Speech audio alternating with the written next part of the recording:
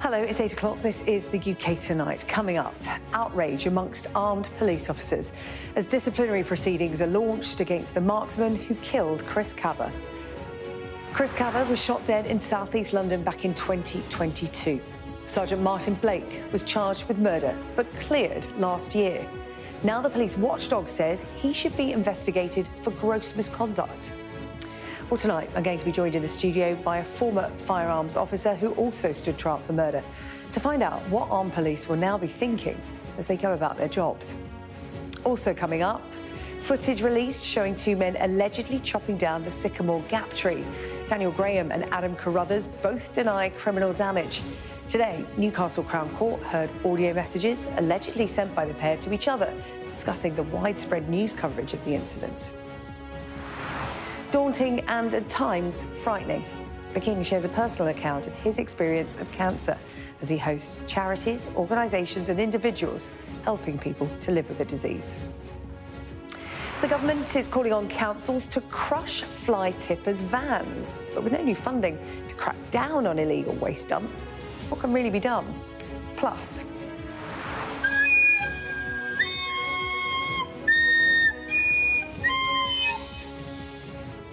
potentially some good news for parents everywhere, with the number of children learning the recorder on the decline.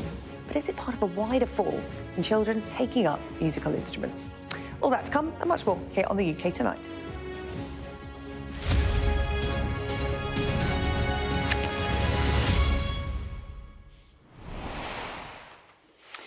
Good evening. Metropolitan Police officers and the union that represents them have reacted with dismay and fury at the decision to launch disciplinary action against the marksman who killed Chris Kaba. Sergeant Martin Blake shot Mr Kaba in Streatham, south-east London in 2022 after he tried to ram his way past police cars that had hemmed him in. Sergeant Blake was cleared of murder last year, but now the police watchdog says he will face gross misconduct proceedings. The decision to charge the officer led to dozens of his colleagues handing in their weapons in protest. And as our Home Editor Jason Farrell reports, the case of Chris Kaba still lingers over the Met's Specialist Firearms Unit. Armed officers will put a containment external. A midnight briefing at Kentish Town Police Station in North London. A drive-by shooting has been linked to this gang member, Danny Downs. His DNA found on bullet casing. Intelligence suggests he keeps the gun at home. In the early hours, these officers aim to arrest him. The subject that these officers are going to go up against has either immediate possession of a firearm or access to a firearm. Clearly, he has used the firearm in public space, so that's the reason why armed officers are deployed.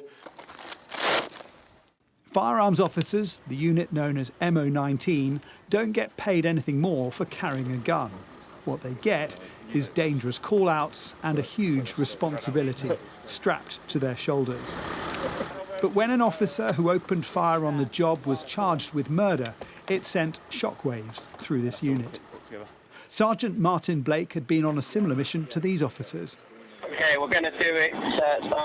In September 2022, police were following a vehicle because it had been linked to a shooting in Brixton. Do it here. It's in line. When it turned this corner, Martin Blake's vehicle blocked its path.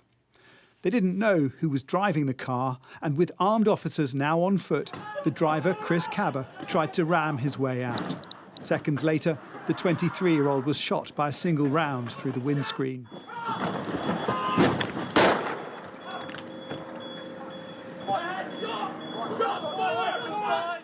Chris Kaba later died in hospital, and Martin Blake was charged with his murder. The judge allowed him to be named, and in court he argued that he'd opened fire because it was his genuinely held belief that the driver posed a serious threat to life. And in October last year, Blake was found not guilty.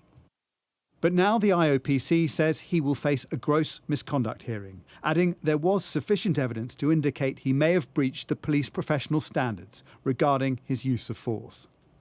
After the jury verdict, it emerged that days before he was shot, Chris Kaba himself was alleged to have shot someone in a nightclub, chasing his victim outside, shooting him again. Equality activist Stafford Scott watched the Blake trial and believes it left many questions. What we have again is this notion of honestly held belief. That's why we've been trying consistently to go to the European courts of justice, because we won't get justice in this system, to make a judgment that honestly held belief must be rational. And let's remember, right? The media went mad about Chris and Chris's antecedents and what he was up to after the case. But at the time that Martin Blake shot that young man, he didn't even know it was Chris Kaba behind the wheel. No. He didn't know who was behind the wheel. The Met has expressed disappointment in the watchdog's decision, saying it will weigh heavily on Martin Blake's shoulders and more widely on firearms officers. Like any operation, this one in Kentish Town relies on these officers having confidence in their training. And they are trained only to open fire if they believe there is a risk to life. But the Blake case has shown that their split-second risk assessments could be analysed for months, and with them in the dock. Stand down! You're under arrest on suspicion of possession of a firearm. In this raid, as with the vast majority of operations, the subject is arrested without shots fired. So a knife found in a sheet found on one of the beds, and then the firearm found down the side of the sofa, which is quite readily available to the subject. We got him safely, no shots fired. We can be nothing but happy with that. The weapon seized, this Rambo knife and this gun with ammunition. It is a satisfaction of getting the gun back, but unfortunately there's guns out there, and we're doing these jobs very regularly. We get a gun off the street, we get the person arrested, and as with every firearms operation, a successful firearms operation for the Met and for the country in general is one where shots aren't fired. Martin Blake could now lose his job. Campaigners and members of Chris Kaba's family welcome the additional scrutiny. His colleagues say he's already paid a heavy price for doing what he's trained to do. Jason Farrell, Sky News. Well, I'm joined now here in the studio by Tony Long, a retired firearms officer who is one of only a handful of police marksmen to have stood trial for murder after a fatal shooting on duty. Tony, thank you so much for coming in to talk to us about this. We were just having a conversation during that report there. Martin Brunt, our crime correspondent, spoke to you this morning and broke the news to you. Yeah. What was your reaction? Because to all intents and purposes, for a lot of people, this was all done and dusted for the officer involved. Well, so I'm out of it now, and the processes have changed very much since I left. As I was saying to you a minute ago, when I was investigated in 2005 for my last shooting, which was 100 days before I was due to retire, I thought I was hard done by when the IPCC, which was the predecessor to the IOPC, took only 6 months to investigate me. I thought that was too long because, you know, effectively, like most of these situations are very simple. You know, they haven't got to investigate a huge amount. You know, Martin Blake would have been standing there and saying, yes, it was me that fired the shot. You know, here's my gun, here's my body-worn camera, do you want a statement? You know, it's not like there's a huge amount to investigate, but I think that's one of the main issues, is the process goes on for so long now. And now something that I didn't have to face, partly because I was charged or appeared at court 10 years after the event, but the process now, you've got this second bite of the cherry where officers are being done for discipline, basically. Yeah, misconduct cases. Misconduct cases where they're saying, you know, processes weren't followed or whatever. And they can take equally long. So as an example, I was acquitted in 2015, in the summer of 2015. In the November, a friend of mine that I used to serve with, Whiskey 80, was involved in a shooting. He's been on light duties all that time. He is, you know, basically awaiting a misconduct trial 10 years after the event. And it's like, he's never been charged with anything. There's been inquiries. It's been decided that he acted lawfully. And he's still waiting. That cannot be right. I mean, the pressure on officers and their families, and I don't want to make it sound mercenary or anything, but actually police officers aren't well paid. Police officers rely on overtime. Firearms officers volunteer for that role. That's right. I mean, that clip you just saw there, the officers will have probably paraded at 3 o'clock in the morning to go and do an operation of that nature. And they'll just be about to be booked off and they go, oh no, there's a flying squad operation coming, you've got to stay on for an extra, you know, however many hours, you don't know. So they do long hours, but obviously that helps pay the mortgage. You know, if you're suspended and you have no idea what the future holds for you, the pressure on you and your family is just crazy. What is your view on how the IOPC has handled this? Because they say that for misconduct cases, there needs to be, you know, it's a lower burden of proof, effectively. They've said this decision was based on examining all the evidence and views of all parties. Yeah, I just think that it's virtue signalling. I really, really do. It's interesting, if you spoke to any police officer in the country, and I'm not even going to say some police officer, every police officer from the commissioner down, if the commissioner was prepared to have an honest, off-air conversation with you, he would tell you that he doesn't think the IOPC is fit for purpose. That there's way too much wrong with it. It's anti-police. But that's our perspective as police officers. If you look at certain sections of the community whose sons are perhaps involved in criminality and drug dealing and the like, and then they find themselves being shot by police, that section of community will say the same. They're not satisfied with the IOPC. They're not looking after their interests. They're pro-police because they never successfully prosecute a police officer. And if you look at the raison d'etre for the IOPC, it's basically to look after the interests of somebody who's made a complaint against police or the family of them. There is no obligation on them to, or any sort of requirement for them to have consideration for the officer that's involved in the situation. So what we've got here is a situation where, we haven't managed to get the officer on the hardest burden of truth, so we'll have another bite of the cherry. So it's all right, we are still trying to pursue the killer of your son. And it's just like, well, there's nothing there. We all know there's nothing there.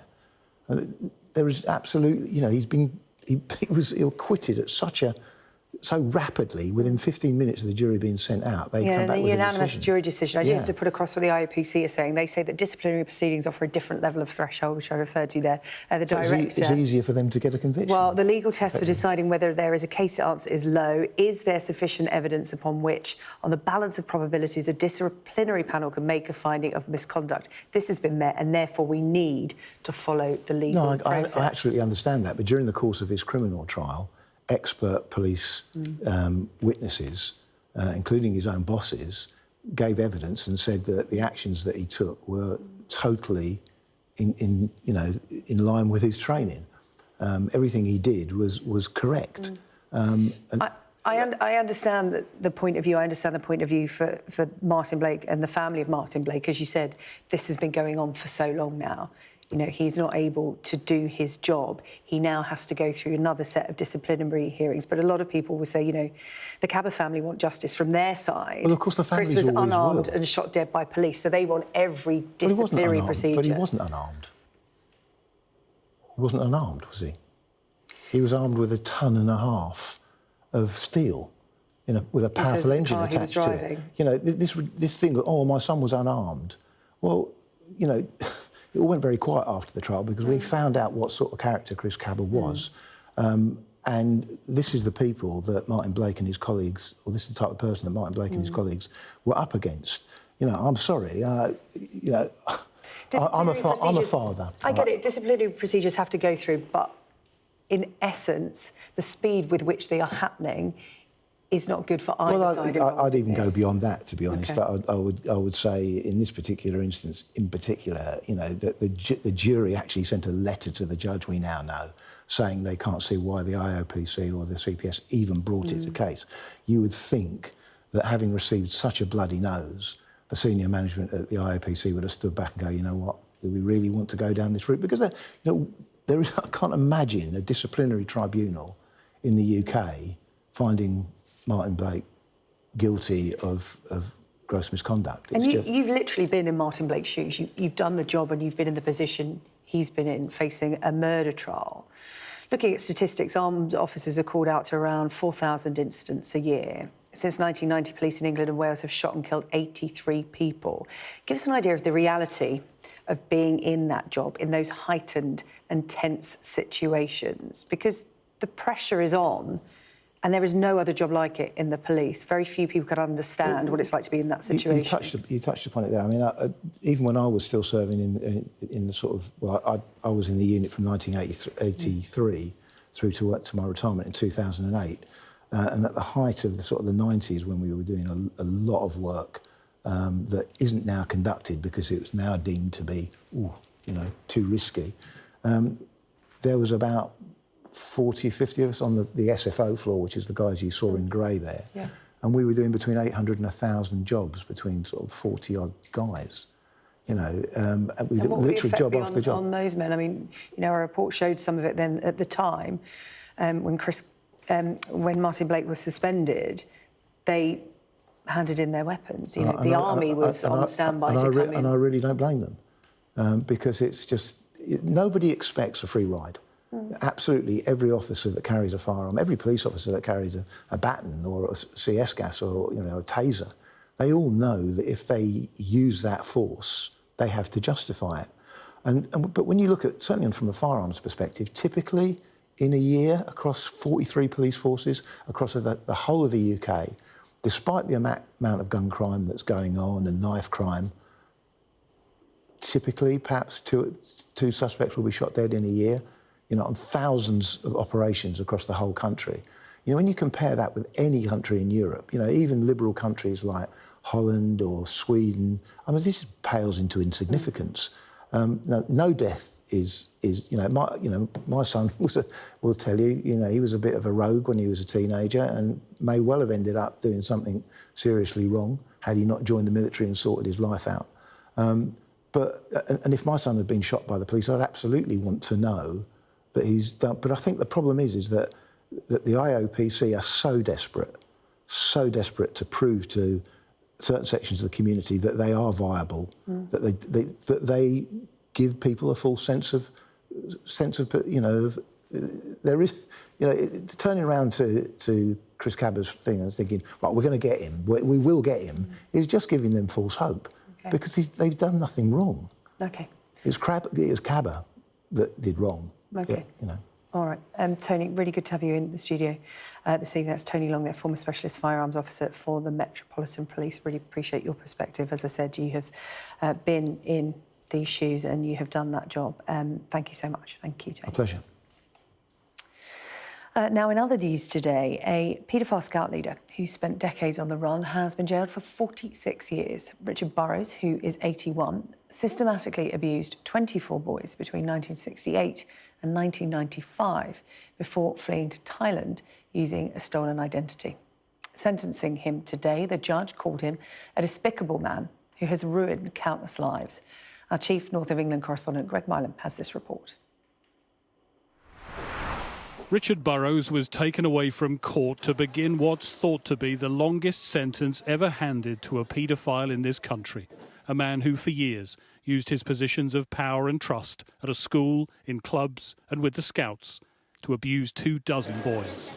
And a man who, until he landed at Heathrow last year, had evaded justice for nearly 3 decades, living in what he called paradise in Thailand, compounding the trauma of his victims. The judge described Burrows' behaviour over 30 years as disgusting and despicable. He infiltrated one family and abused 4 of their 7 children. He cared only for his own selfish and perverted desires, the judge said. You have ruined countless lives, and I regret to say, I've seen no remorse. Many of Burrows' victims faced him in court, describing the impact on their lives.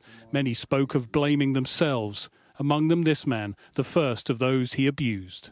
I wish I'd said something when it happened, because I feel that, in retrospect, if I'd have said something, then maybe it would have stopped other people from falling into the same trap that I did.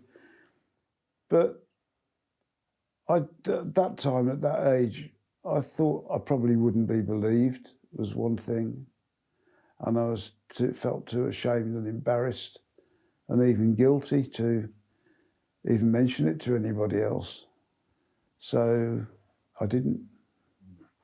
And I regret not doing that. The judge said only Burrows was responsible for his crimes. Some of his victims died before seeing him face justice.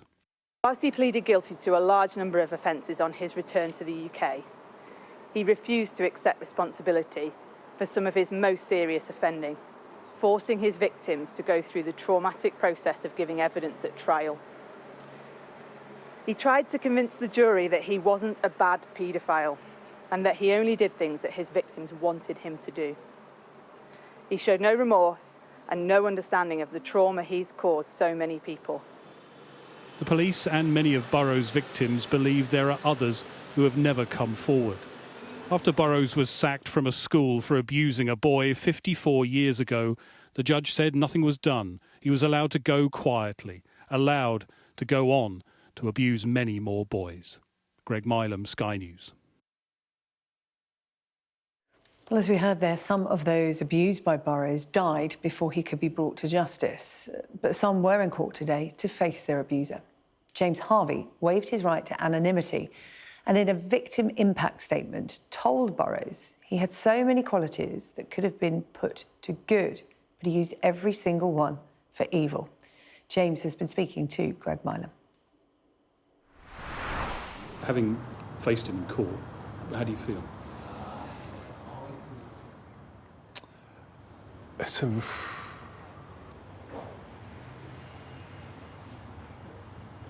grateful to everybody that has been involved in getting him to court, for all of the victims, many of whom have died since they knew him, some of whom were in court. The police, the court system, over 40 years. So I think, yeah, grateful that finally he can't escape. Literally, he cannot escape from what he's done. He's been found guilty on nearly every single charge. And he'll spend a very, very long time in prison. You faced him, you gave your statement looking at him, you saw him in court. And that's the first time you've seen him since those days back in the mid-70s. What was that like?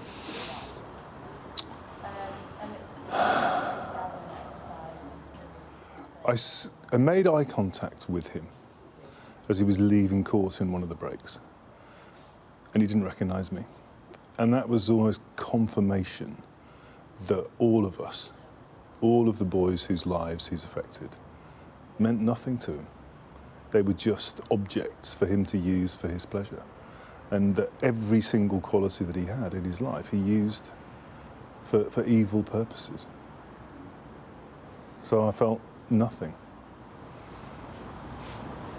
You heard, as the trial did, a lot of detail about the other kids. Again, it's a foolish question in a way. When you hear that, when you hear the amount and the detail and the similarities and things, what is that? It was really difficult to listen to the things that he's done to all of those children, many of them much, much worse than what I had done to me. Some of them my friends. And I think, again, it comes back to this has taken tens of thousands of hours to prove that this man is what he is. He's a paedophile. And he spent his whole life trying to get access to young children.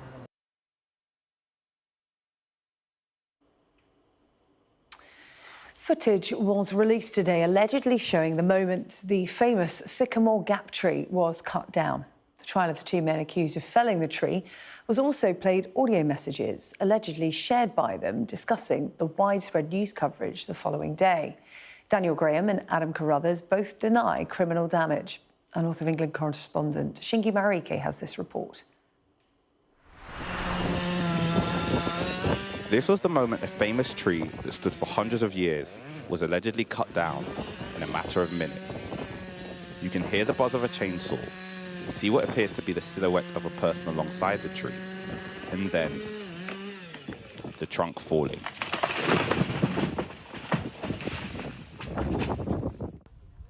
That clip, digitally enhanced by Northumbria Police, was shown to the jury in the trial of Daniel Graham and Adam Carruthers, the pair who are accused of felling the Sycamore Gap tree in September 2023, causing thousands of pounds worth of damage to the tree and Hadrian's Wall which it fell onto. The prosecution accused the pair of taking part in a moronic mission and an act of mindless vandalism, which was recorded on Graham's phone. The two defendants live near the city of Carlisle in Cumbria. It's about 40 minutes from there to the Sycamore Gap tree, which is in a rural part of Northumberland, along Hadrian's Wall. It's alleged they travelled there together in Graham's car, with this CCTV from a pub showing headlights heading towards the nearest car park before the tree was felled. This was the next morning. Body-worn footage from the first police officer to arrive show him marking a crime scene. If you could just clear back a tad, just a touch, just out of this main sort of area here, just so we can gather as much evidence as we can. Okay, thank you very much. With onlookers trying to take a glimpse of the toppled tree.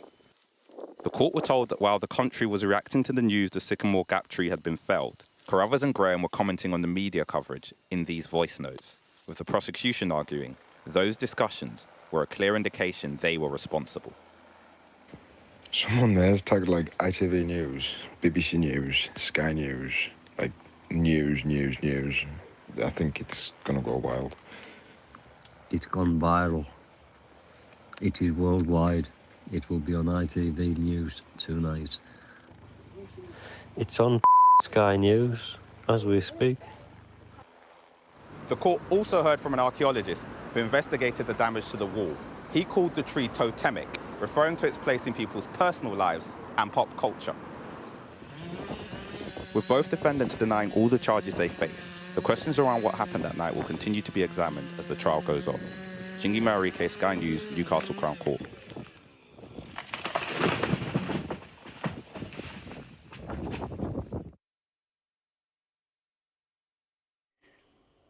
Still to come on the UK tonight. King Charles says his cancer diagnosis brought the best of humanity into sharp focus as he pays a personal tribute to all those caring for people with the disease. The government tells councils to crush fly tippers' cars as it announces a crackdown on illegal waste dumping. And we get the government's view on graduated driving licences. This is after a judge suggested the deaths of 3 people could have been avoided with tougher restrictions on young drivers.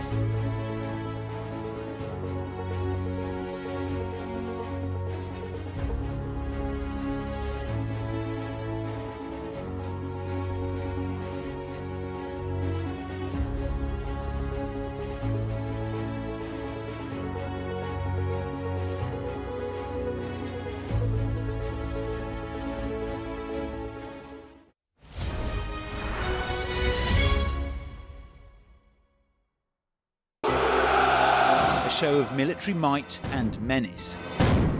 Why should the West trust you? Frankly, I don't care whether the West trusts us or not. Sky News. Get the full story first. Have a quick word for Sky News. Is the West right? Are you fueling Russia's war machine? American journalist Evan Gershkovich is on trial here, but was first on display. I'm Ivor Bennett, Sky's Moscow correspondent.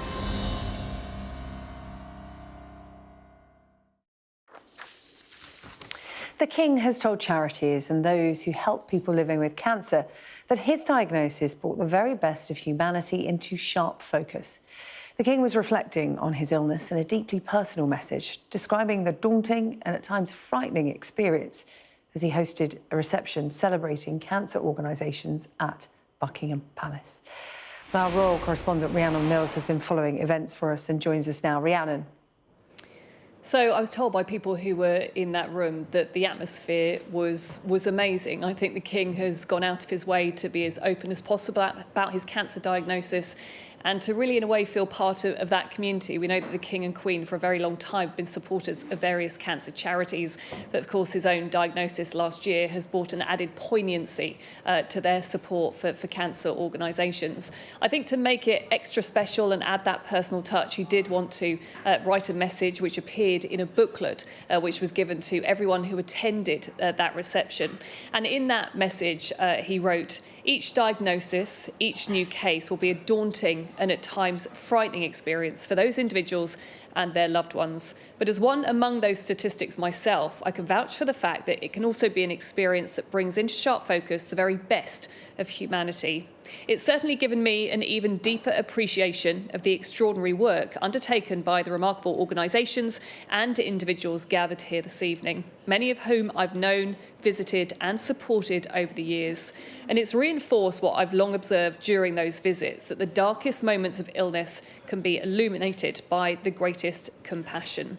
Now, of course, we have got used to the King being open and wanting to talk about his cancer. We're told, though, that this is not, in a way, kind of a revelatory message. We still don't know what kind of cancer he has. We do know that his treatment is still ongoing. And actually, some of the people that he met who've kind of very publicly talked about their own experiences or their own sense of loss. So, for example, Richard E. Grant, who lost his wife, was there. Also, the parents of Dame Deborah James, who, of course, was known as Bowel Babe because of her campaigning. I think he really wanted to be in that room to help kind of emphasise the messaging that they've also been trying to get across. What was particularly striking is that he ended his message actually paying tribute to Deborah James and talking about her final quote, where she said to live life with rebellious hope. So, in a way, a new motto for the monarch, whatever that means when you are head of state. Rhiannon, thank you so much. Rhiannon Mills there.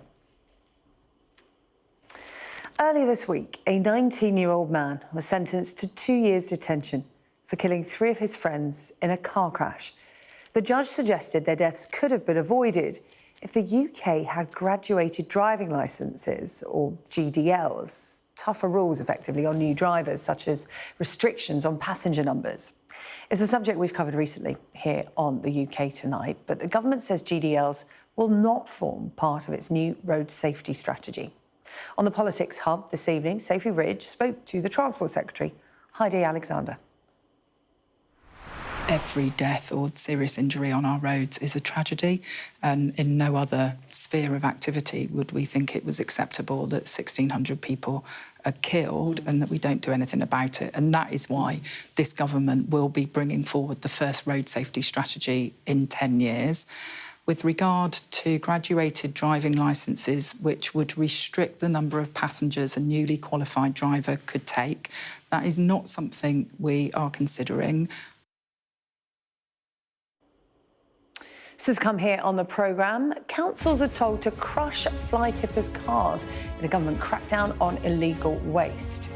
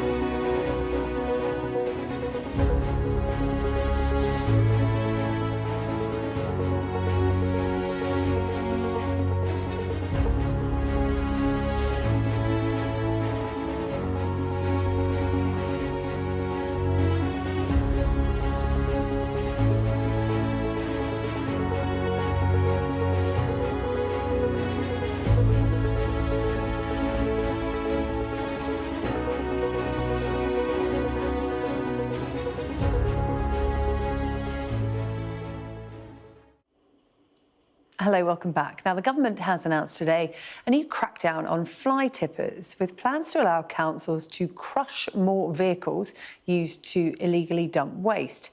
Figures show local authorities dealt with a record 1.15 million incidents last year, up 20% on 2019 levels. But not everyone is convinced that these new plans will help tackle the issue. Sky's Rachel Venables reports. From toilet doors to sparkly heels, on this farm in Hertfordshire, the rubbish is piled high. Things like a baby's cot, I just find that really disturbing. Piles like this have been dumped in the middle of the night repeatedly, leaving the farmers with no choice but to clean it up. So far, £8,000. Obviously, we're going to put that through insurance, but there's still like a £1,500 excess. This would be classed as a new claim, so we'd have to do that excess again. It's just endless. But fly tipping has become an illegal enterprise for some, with criminals getting paid to transport waste only to dump it and pocket the cash, with often limited repercussions.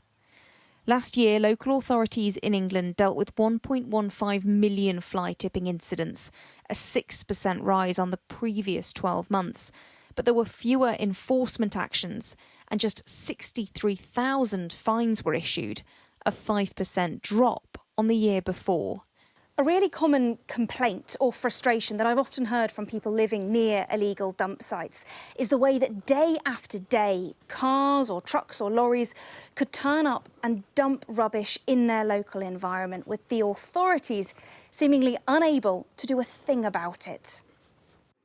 Now the government wants to make it easier to find, seize and destroy these vehicles. Councils will get much more aggressive against fly tippers, and that includes using the latest technology to identify, track and then seize the vehicles that are being used for fly tipping, so we can bring them to a yard like this and crush them. They also hope to bring in tighter checks for those who transport, buy or sell waste, with 5-year prison sentences for those dealing with it illegally. But political parties condemned the announcement. The Shadow Environment Secretary said it was a series of reheated announcements and policies, and the public deserve real action. The Lib Dems are calling for a fly-tipping fighting fund and tougher penalties for offenders. The issue of waste crime is so large, and for criminals the profits can be so lucrative, that farmers like Evie just have to hope the government's plans can finally meet this challenge. Rachel Venables, Sky News. Well, since we aired Rachel's report, we have heard from both the Green Party and Reform UK. Let's bring you their responses to this issue. Green Party MP Ellie Chown saying this: the suggestion that government would crush the vans of those caught fly tipping is not a serious policy to tackle the deeply serious issue of fly tipping. A Reform UK spokesman said by cutting waste created by Labour and the Tories at a national and local level, Reform UK would ensure that public money is spent on priorities such as tackling waste crime. Well, let's discuss the issue and the government's new proposals with Ed Lennox from the Clean Up Britain campaign. Ed, good to see you tonight. You'll have listened to Rachel's report there, taking us through all these new announcements from the government because they want to be seen to be taking this issue seriously. It is a growing problem. What have you made of some of their proposals? Well, it was a fantastic report. It was really, really good. And the person whose comment I agree with most is my local MP, Ellie Chowns. I think she's got it about right.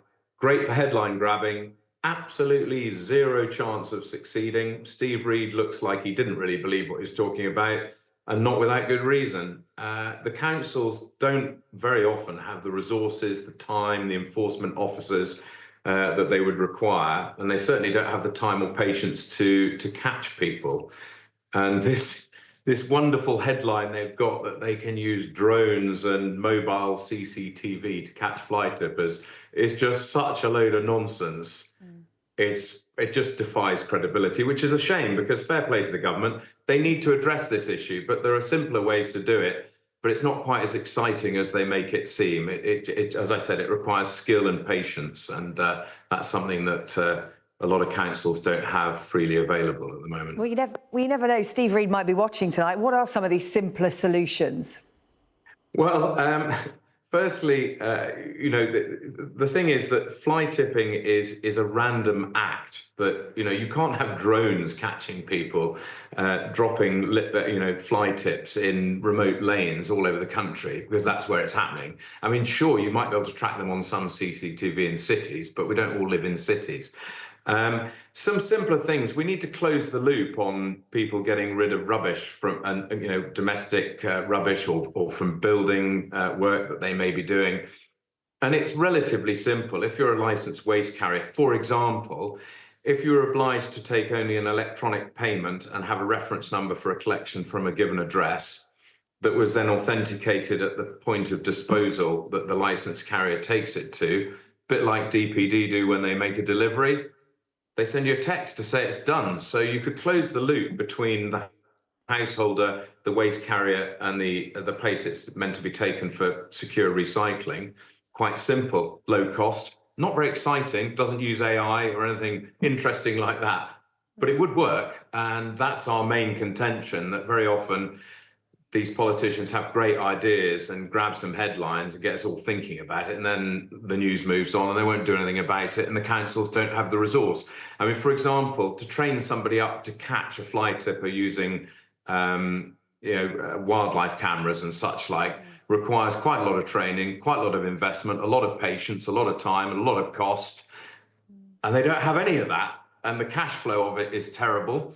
The judiciary let us down because the quantum of the fines is ridiculous. There was a case not long ago in Buckinghamshire where a commercial fly tipper put 150 lorry tyres in a watercourse and he was fined 1,500 quid. Well, unless I'm much mistaken, forgetting the cost of picking up those tyres and taking them to a recycling centre, or more likely what we do in the UK is we export them and they get burnt somewhere else, which is wrong in itself. The fine was 1,500 quid.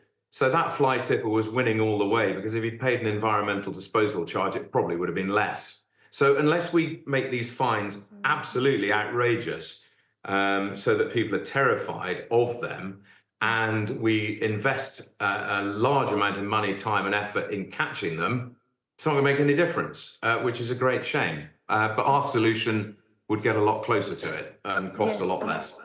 Yeah, I mean, a lot of it is illegal enterprise, but there is some fly tipping activity taking place in the UK by individuals, just, dumping it randomly because it's expensive to dispose of. They don't want to pay for a skip. They don't want to pay for the council to take it. Yeah. And they are doing it. Why is it, a mindset in this country? I mean, we do have a problem with litter, with fly tipping.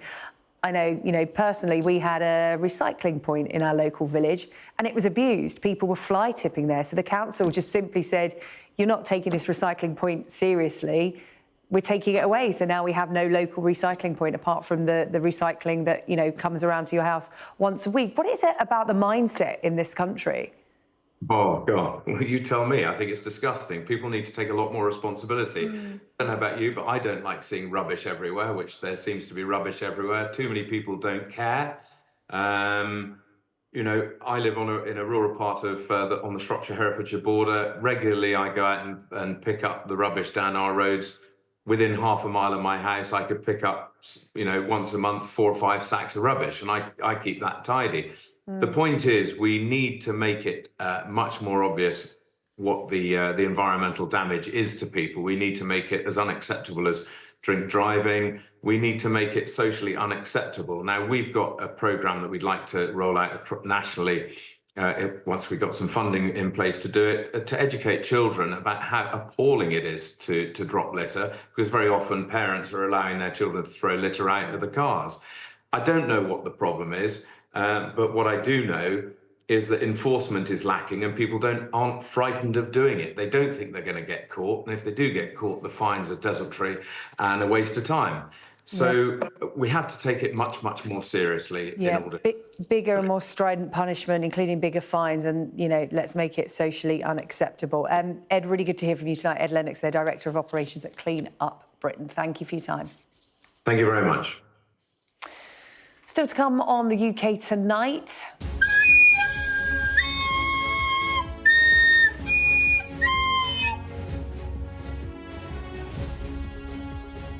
policing. We're going to find out why children are turning their backs on the recorder. That's on the way, and probably a bit more of that, sorry.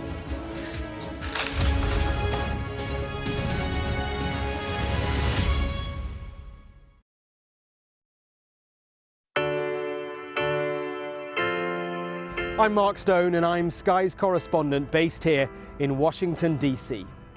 We'd been warned that we would meet people in the lowest moment of their lives. Their story is one of fundamental American failure. Well, a slow drive for the president as he approaches his golf club, but I have to say there are more media here than there are supporters. We love Trump! I've witnessed the remarkable passion for politics here, but the anger too.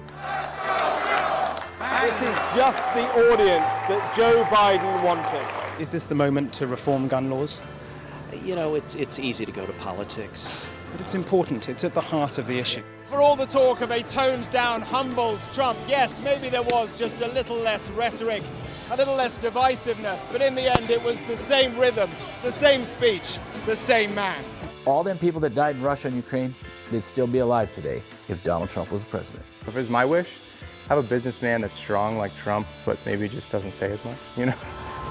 We are under Israeli military restrictions in terms of some of the things that we can film, but it's important to be in there. What we've been allowed to see over here is a humanitarian corridor, free wherever you get your news. A young American medical student is making remarkable things happen. I've seen a lot of difficult things, and honestly, it breaks my heart. These children don't deserve that.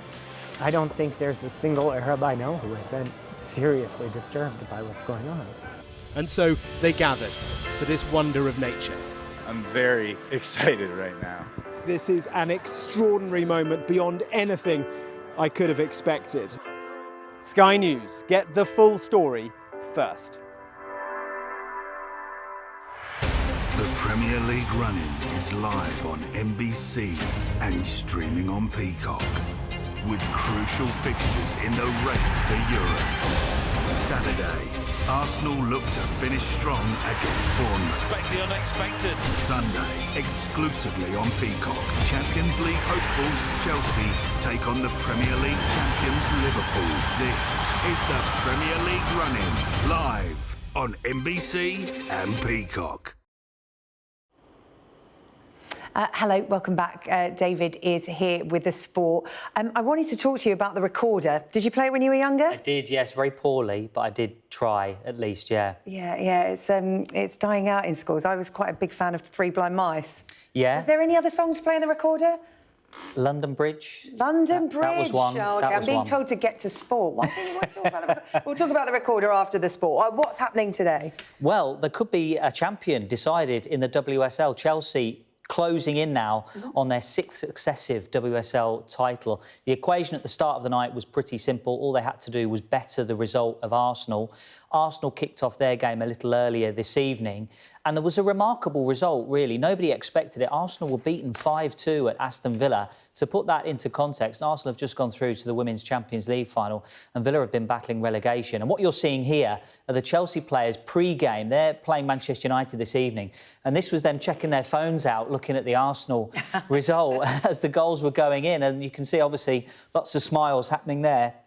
And at the moment, Chelsea just need a point now this evening at Manchester United. As it stands, it's goalless in their game there. United have lots to play for as well, by the way. They're going for Champions League football next season. So it's not quite done, but it could well be done later this evening. Yeah, let's not get ahead of ourselves. We'll wait for the final whistle to go. But just a word on the Chelsea head coach and what a job that's been done there. Yeah, Sonia Bonpastor, she's been in the job for less than a year, took over from Emma Hayes, who won every domestic trophy available, was there for more than a decade. Absolutely. You can almost liken it to Jurgen Klopp at Liverpool on the men's team, and Arne Slot coming in, winning the title in his first season. Looks like Sonia Bonpastor's going to do the same. We'll keep you up to date with that game, and let's get the rest of the night's sport. Staying connected is vital for business. Sky Business sponsors this report. It strikes me that it's changed an awful lot even in the last 10 or 15 years. It wasn't very long ago we had yourself, we had Sam Allardyce, Alan Pardew, Steve McLaren, Steve Bruce, Harry Redknapp, all of you competing amongst each other in the top division. And that was a decade and a half ago. It wasn't that long ago. No. So that seemed a heck of a change so quickly, doesn't it? Well, you're talking about people pretty much the same sort of age as well, of course. You know, maybe that was a generation, wasn't it, you're talking of? You know, we were probably at quite an important part of our careers in that period, and after, with quite a long CV and a lot of clubs behind that we could refer to, which would suggest we can do this job. I mean, now, of course, you know, the focus is often on the younger coach, you know, and there's nothing wrong with that either. It's a young person's game, so I don't complain about that at all. But as a result, of course, when they're looking for a younger coach, Sky Business sponsors this report. Now, for many of us, this will trigger memories from the classroom of children all playing together in some kind of harmony.